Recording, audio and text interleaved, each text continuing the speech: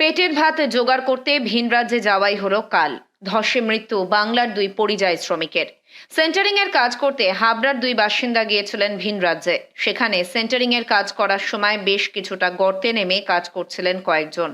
হঠাৎই মাটির ধস নেমে ঘটে বিপত্তি।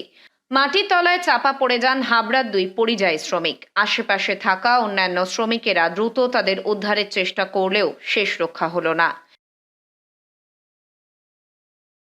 হিরালয়। কতদিন আগে যান? ও জানুয়ারিতে গেছে।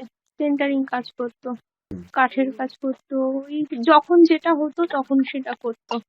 আমি আজকে সকালে শুনি যে ওই রড গর্ত কেটেছিল, সেখানে গিয়ে রড সেটিং করছিল, হঠাৎ করে ধস নামাতে এই ধসের তলে চাপা পড়েছে। সেই খবরটাই আমি শুনেছি।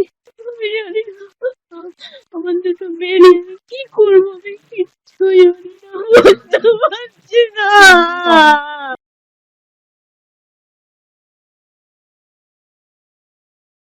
এদিন এলাকায় পৌঁছলো তাদের মৃত্যুর সংবাদ। এলাকার দুজনের এমন করুণ পরিণতিতে শোকের ছায়া নামলো হাবড়ায়।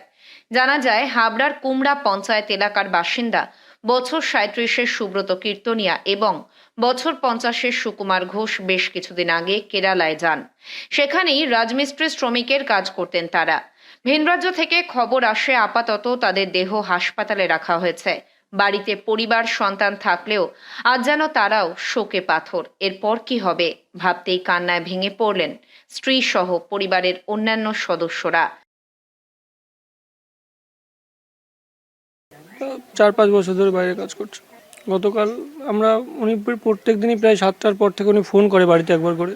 কালকে কোনো ফোন আসছিল না দেখে আমরা কন্টিনিউয়াসলি ফোন করেই যাচ্ছিলাম, তা উনি ফোনটা ধরছিল না। তারপরে রাত প্রায় 12:30 নাগাদ একটা ফোন আসে আমাদের কাছে, এরকম সুকুমার ঘোষ তোর বাবার নাম তো? আমি বলছি হ্যাঁ মামা। তো বলছে যে এরকম একটা দুর্ঘটনা ঘটে গেছে মামা, এরকম বাবার বোধহয় একটা অ্যাক্সিডেন্ট হয়েছে, মারা গেছে। সেসব কিছু আমায় বলেনি। তারপরে সকালবেলা জানতে পারলাম যে নিউজটা নিজেও দেখলাম যে বাবার নেই। ধস কাজ করতে করতে কোনো ধস নেমেছে, তার তলে হয়তো চাপা পড়ে। এখন কিভাবে এই দুই পরিযায়ী শ্রমিকের দেহ ফিরিয়ে আনা হবে তা নিয়েও স্থানীয় পঞ্চায়েতের তরফ থেকে তদারকি করা হচ্ছে। আমাদের এই এলাকার দুজন, হ্যাঁ, এখানে কাজের অবশ্যই অভাব আছে, তার জন্য ভিন রাজ্যে। কিন্তু এখন এর পরিবারটা বাচ্চা দুটো নিয়ে কি করে চলবে?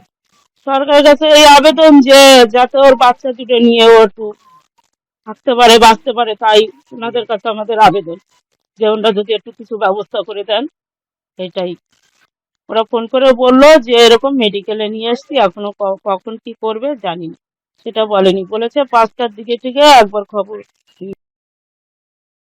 এই দুটি সংসার ভেসে যাওয়া থেকে বাঁচাতে মিলবে কি কোনো ক্ষতিপূরণ? এখন সেই প্রশ্নই তুলছেন প্রতিবেশীরা। উত্তর 24 পরগনা থেকে রুদ্রনারায়ণ রায়ের রিপোর্ট, লোকাল 18 বাংলা।